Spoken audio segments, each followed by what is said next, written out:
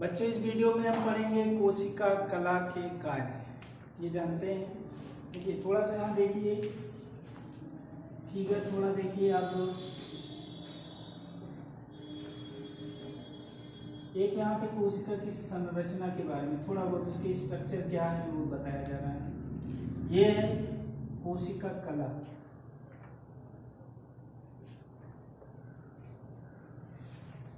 अंदर इसके क्या होता है, इसमें कोशिका कला जिसको घेरे रहती है वो क्या है, कोशिका द्रव्य होता है। और ये है केंद्रक। कोशिका कला के कार्य को पढ़ना है, थोड़ा सा ध्यान दीजिए यहाँ पर।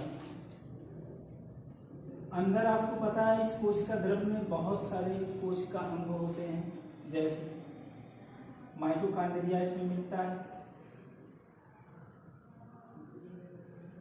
माइटोकॉन्ड्रिया जिसे आप कहते हैं, क्या बोलते हैं, ऊर्जा घर, powerhouse of the cell, कोशिका का ऊर्जा घर कहा जाता है।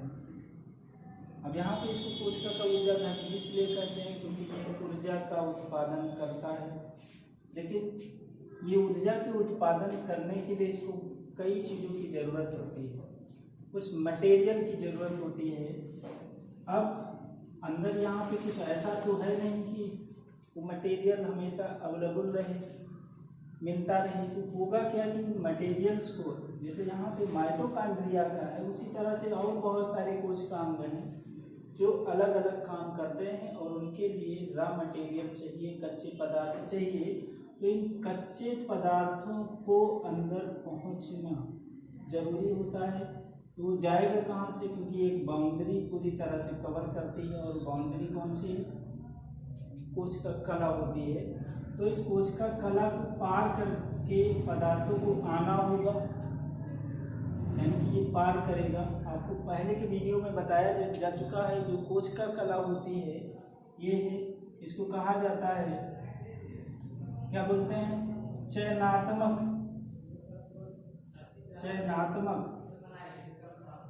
पारगम्य झिल्ली, पारगम्य झिल्ली बोलते हैं। कोशिका कला एक चयनात्मक पारगम्य झिल्ली है, ऐसा कहा जाता है।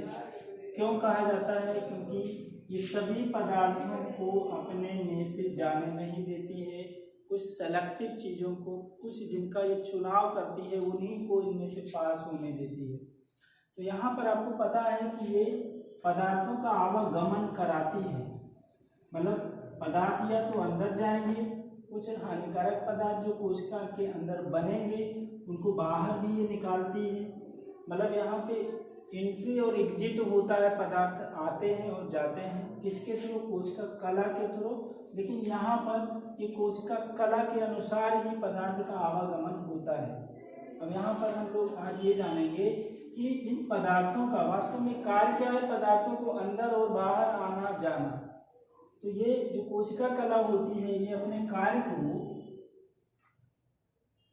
ये कई तरह से, यानी उसके लिए कई प्रक्रम काम में आते हैं, जिसके माध्यम से पदार्थ कोशिका के अंदर आते हैं या फिर जाते हैं। तो वो हम जानेंगे क्या क्या है। तो इसमें सबसे पहला जो है वो है डिफ्यूजन। क्या है, डिफ्यूजन, या इसको कहते हैं विसरण। क्या बोलते हैं, डिफ्यूजन या विसरण। दूसरा होता है फैसिलिटेटेड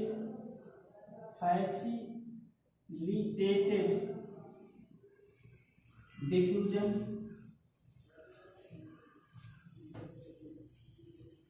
तीसरा, या इसको बोलते हैं, हिंदी में बोलते हैं सुसाध्य विसरण। तीसरा जो होता है परासरण, या इंग्लिश में इसको ऑस्मोसिस बोलते हैं, ऑस्मोसिस। या होता क्या है, परासरण। इसके अलावा एक होता है एक्टिव ट्रांसपोर्ट,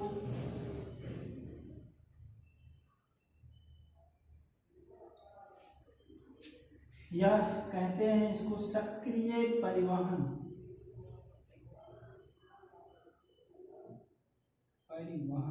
सक्रिय परिवहन। एक होता है इंडोसाइटोसिस और दूसरा होता है इक्जोसाइटोसिस। तो यहाँ पर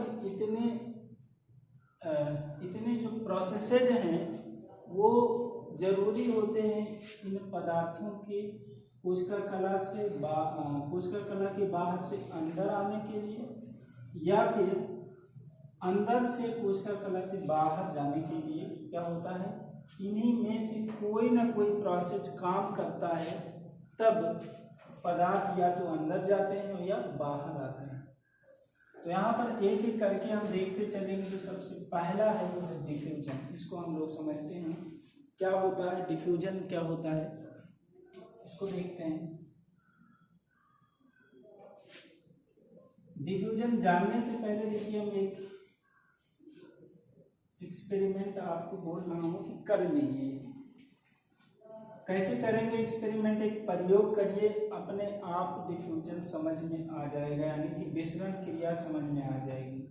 करना क्या है, इसके लिए आपको एक गिलास पानी लेना है। क्या लेना है, पानी ले लो। यहाँ पर देखिए, अगर गिलास कांच का हो तो और बढ़िया रहेगा। करना क्या है कि इसमें भर लीजिए पानी, और अगर आपके पास इंक है तो ठीक है, नहीं तो कलर ले लीजिए, कोई रेड कलर या कोई भी कलर ले लीजिए, और उसके यहाँ पे सेंटर में थोड़ा सा पार डाल दीजिए और फिर ऑब्जर्व करेंगे, उसका प्रेक्षण करिए। आप देखेंगे कि जो यहाँ पर था, ये जो पदार्थ था, धीरे धीरे क्या हो जा रहा है, पूरे पानी में फैल जा रहा है। यानी कि पूरा पानी क्या हो जाएगा, एक कलर में दिख जाएगा। लेकिन अगर शुरुआत में अगर आप देखें तो कलर कहाँ पर था, केवल इस पोर्शन में था, लेकिन धीरे धीरे क्या हुआ कि वो पूरे पानी में फैल गया। तो यहाँ पे ये वास्तव में फैल जाना ही क्या है, विसरण है। क्या है, विसरण। मतलब विसरण होता क्या है, जैसे यहाँ पे जैसे हम पानी में डाले थे तो वहाँ पर रंग की जो मात्रा थी, रंग की जो सांद्रता थी वो अधिक थी। तो पदार्थों में ये गुण होता है कि वो उच्च सांद्रता से कम सांद्रता की तरफ फैलते हैं। यहाँ पर ज़्यादा था, फिर धीरे धीरे क्या हुआ, इस पोर्शन में उस रंग की सांद्रता थी ही नहीं, तो क्या हुआ, इधर ज़्यादा है तो धीरे धीरे क्या हो गया, फैल जाता है। वो तब तक फैलते रहते हैं जब तक कि हर जगह समान रूप से विसरित नहीं हो जाते हैं, समान रूप से मिल नहीं जाते हैं। इसके अलावा एक उदाहरण और आप देख सकते हैं। आप देखते होंगे धुआं निकलता है, चिमनी से धुआं निकलता है, और फिर आप देखेंगे कि धुआं दिखाई तो देता है ऊपर, लेकिन कुछ समय के बाद क्या होता है कि वो फैल जाता है, पूरी तरह से गायब हो जाता है। तो वहाँ पर भी क्या चल रहा है, मतलब पदार्थ का उच्च सांद्रता से निम्न सांद्रता की तरफ जो बहाव होता है, उसी प्रक्रिया को क्या बोलते हैं, बोलते हैं विसरण या डिफ्यूजन होता है। तो यहाँ पर आपको समझना है कि जैसे ये कोशिका है, इसके अंदर मान लीजिए कार्बन डाइऑक्साइड की मात्रा बढ़ गई। आपको पता है श्वसन क्रिया कोशिका के अंदर होती है, और श्वसन क्रिया के दौरान ये गैस बनती रहती है।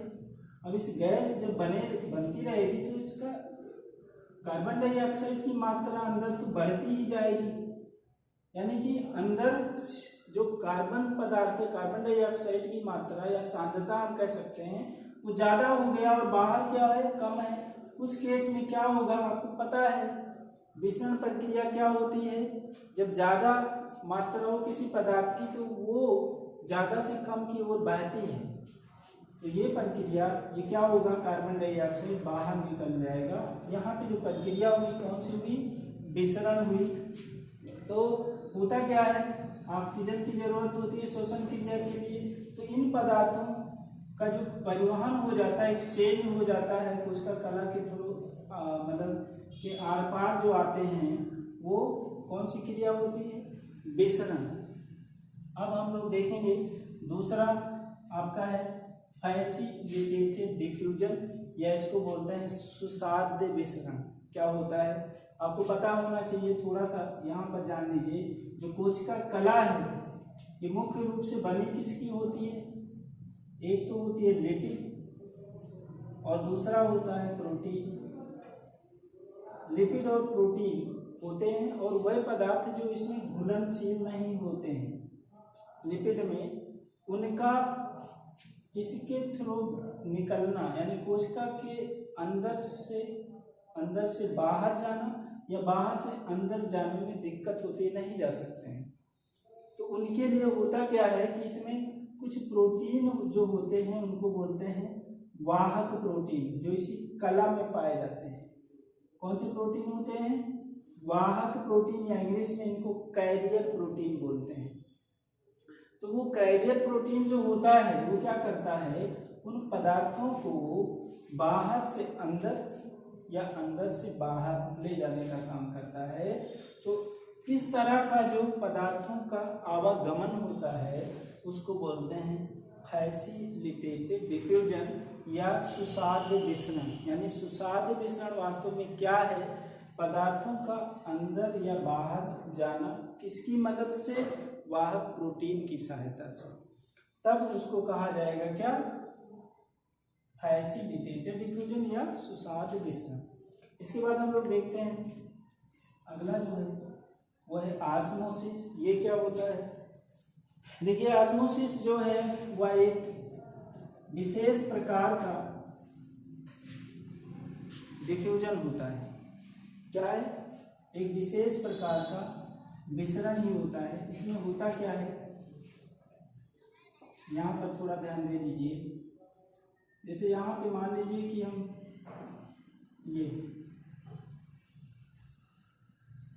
ये दो पार्ट बना दिया गया, एक कंपार्टमेंट ये है, एक कक्ष ये है और एक कक्ष ये है। मतलब ये कक्ष ये है और ये क्या है? कक्ष बी है। और ये दोनों कक्ष एक दूसरे से अलग कर दिए गए हैं। कौन से? अर्धपारगम्य झिल्ली से। अर्धपारगम्य झिल्ली। जैसे कोशिका कला की जो प्रकृति होती है वो अर्धपारगम्य की तरह होती है। दोनों अलग अलग हैं। थोड़ा सा यहाँ ध्यान दीजिए। दोनों में हम डाल दिए हैं पानी। दोनों एक दूसरे से अलग हैं किसके द्वारा? एक झिल्ली के द्वारा। और वो झिल्ली कौन सी है? ये झिल्ली कौन सी है? ये झिल्ली है अर्धपारगम्य झिल्ली। देखिए यहाँ पे मान लीजिए हम 100 मिलीलीटर 100 मिलीलीटर पानी इसमें ले लिए हैं। यहाँ पर भी 100 मिलीलीटर पानी लिए हैं। अब इसमें हम डालते हैं सोल्यूट। जैसे मान लीजिए चीनी डाल दिए, इसमें डाले हैं 50 ग्राम चीनी और इसमें डाल दिए 500 ग्राम चीनी। 500 ना करके 150 ग्राम चीनी डालें। इसमें चीनी की मात्रा, अगर चीनी को हम पानी में डालेंगे क्या होगा? चीनी घुल जाएगी और सॉल्यूशन बन जाएगा। यहाँ पर भी चीनी को डाल दिया गया लेकिन चीनी यहाँ ज़्यादा है। इसमें से मीठा कौन ज़्यादा होगा? कक्ष ये होगा या कक्ष बी? आपको पता है इसमें ज़्यादा चीनी है तो ज़्यादा मीठा यही होगा। यानी कि मतलब कि इसमें पानी वाला पार्ट ज़्यादा है और इधर पानी कम है। तो वास्तव में अगर देखा जाए दोनों अलग हैं किसके? अर्धपारगम्य झिल्ली से। इधर पानी की जो सांद्रता है, यानी पानी ज़्यादा है, पानी की जो सांद्रता है इधर ज़्यादा है और इधर क्या है? कम है। और आपको याद है क्या होता है पदार्थ में गुण कि अगर ज़्यादा सांद्रता हो, ज़्यादा सांद्रता का मतलब कि उस पदार्थ की मात्रा अधिक हो तो क्या होता है? वो कम सांद्रता की तरफ बहता है। तो यहाँ पर क्या होगा, जो पानी है पानी की सांद्रता अधिक है और इधर क्या है पानी की सांद्रता कम है, तो पानी इधर से इधर जाएगा, पानी इधर से इधर जाएगा। तो इसी प्रक्रिया को बोलते हैं परासरण। वास्तव में परासरण क्या होता है, परासरण वास्तव में क्या है, मुख्य रूप से यहाँ पे द्रव पदार्थ ही है, द्रव पदार्थ का ही होता है, मतलब द्रव पदार्थ का उच्च सांद्रता से निम्न सांद्रता की तरफ बहाव किसके थ्रू, अर्धपारगम्य झिल्ली के द्वारा है। यानी जब कोई द्रव पदार्थ उच्च सांद्रता से निम्न सांद्रता की तरफ अर्धपारगम्य झिल्ली के द्वारा बहता है, तो वही प्रक्रिया क्या कहलाती है, परासरण कहलाती है, या ऑस्मोसिस बोलते हैं, है ना। तो यहाँ पर ये क्लियर हो गया। इसी तरह से क्या होता है, बहुत सारे पदार्थ क्या होते हैं इस झिल्ली के द्वारा, लिक्विड पदार्थ जब इस तरह से मूव करते हैं, क्योंकि जो कोशिका कला है उसका नेचर क्या होता है, अर्धपारगम्य झिल्ली की तरह होता है। तो पदार्थ क्या होगा, उच्च सांद्रता से निम्न सांद्रता की तरफ सेमी परमेबल मेम्ब्रेन यानी कि जो कोशिका कला है उसके द्वारा पास हो जाते हैं, तो प्रक्रिया क्या कहलाएगी, परासरण कहलाएगी। इसके बाद नेक्स्ट हम लोग देखते हैं एक्टिव ट्रांसपोर्ट। एक्टिव ट्रांसपोर्ट, तो यहाँ पर थोड़ा सा ध्यान देना है, जैसे अभी तक की जो प्रक्रियाएं थी, यहाँ से डिफ्यूजन है, फैसिलिटेटेड डिफ्यूजन, ऑस्मोसिस, ये तीनों, या हम कह सकते हैं मिश्रण, सुसाद मिश्रण और परासरण, इन तीनों क्रियाओं में क्या होता है, पदार्थ का बहाव उच्च सांद्रता से निम्न सांद्रता की तरफ होता है, मतलब ज़्यादा से कम की ओर पदार्थ बहते हैं। अब यहाँ पे इसमें देखिए जो एक्टिव ट्रांसपोर्ट होता है, निम्न सांद्रता से भी कम यानी कि कम से उच्च की तरफ भी जा सकता है पदार्थ, लेकिन वहाँ पर जरूरत होगी ऊर्जा की। किसकी जरूरत होगी, ऊर्जा की। ऊर्जा के माध्यम से हम निम्न सांद्रता से उच्च सांद्रता की तरफ भी पदार्थ का बहाव हो सकता है। तब जहाँ पर ऊर्जा की जरूरत पड़ जाए, यानी ऊर्जा के माध्यम से पदार्थों को क्या हो, पदार्थ का कम सांद्रता से उच्च सांद्रता की तरफ बहाव किया जाए, तब वह प्रक्रिया क्या कहलाती है, एक्टिव ट्रांसपोर्ट या सक्रिय परिवहन। क्या होता है, एक्टिव ट्रांसपोर्ट या सक्रिय परिवहन। जैसे होता क्या है, एक ये है सोडियम पोटेशियम पंप, इसी तरह से ये कार्य करता है। जो हमारी जो मसल्स होती हैं वर्क ये करती हैं इसी आयन के कारण ही, यानी कि जो इम्पल्सेज हमारे में बनते हैं, सूचनाएं होती हैं, बस कुल मिला करके इसका परिवहन जो होता है वो एक एग्जाम्पल है किसका, एक्टिव ट्रांसपोर्ट का। इसमें क्या होती है, ऊर्जा की आवश्यकता होती है, लेकिन यहाँ पर कोई भी ऊर्जा की आवश्यकता नहीं होती है। इसके बाद हम ये दो चीज़ें और हैं, एक तो है इंडोसाइटोसिस और दूसरा एक्सोसाइटोसिस। वास्तव में होता क्या है, ये बल्क, इसको बोलते हैं बल्क मूवमेंट। बल्क मूवमेंट कहने का मतलब इस प्रक्रिया में जो पदार्थ होता है वह बल्क में, बहुत ज़्यादा पदार्थ क्या होता है, या कोशिका के अंदर जाता है या कोशिका के अंदर से ज़्यादा पदार्थ बाहर निकलता है, बल्क में आता जाता है।